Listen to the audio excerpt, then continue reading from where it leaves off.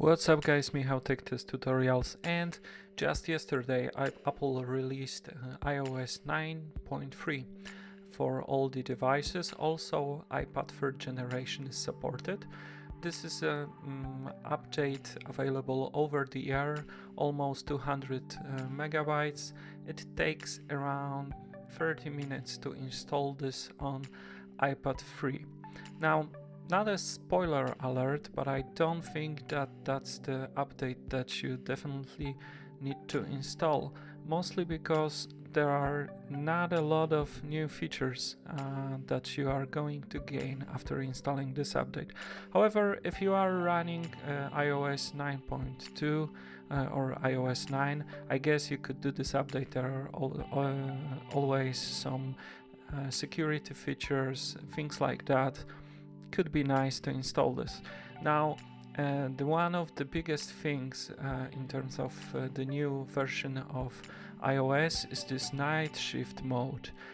So basically it works this way that iPad will dim the display in order not to fatigue your eyes with the blue light. Well, you won't be getting this feature on the third generation iPad. It's not available for this device, so the night shift is absent.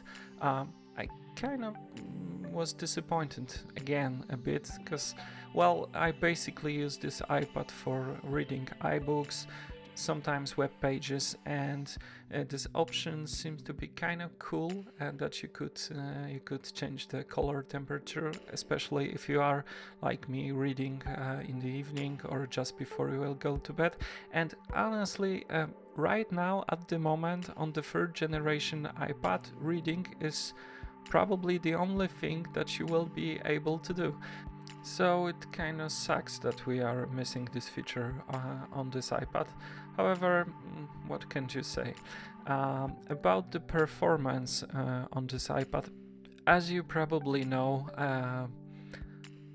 this iPad was fast with iOS 6, maybe 7. After introducing iOS 8 and the encryption and maybe some other features, it got slow, and it's the same also with this iteration of iOS. So the basic animation on the website are pretty okay.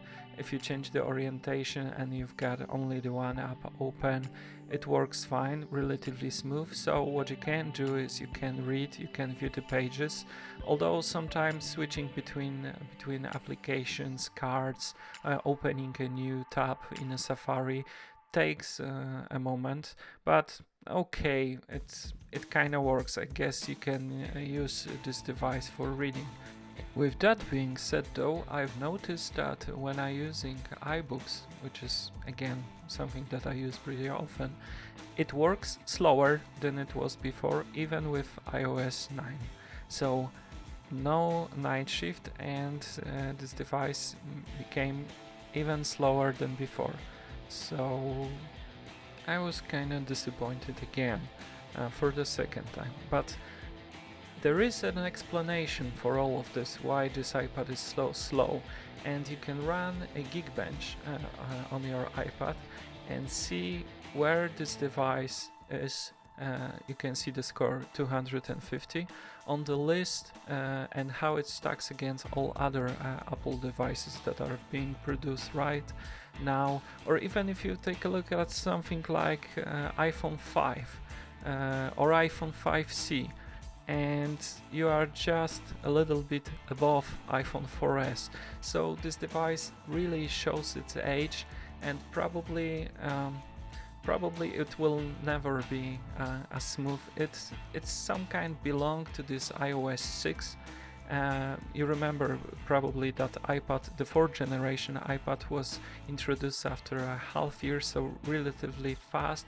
It's basically iPad 2 with pump-up graphics to be able to run a Retina screen.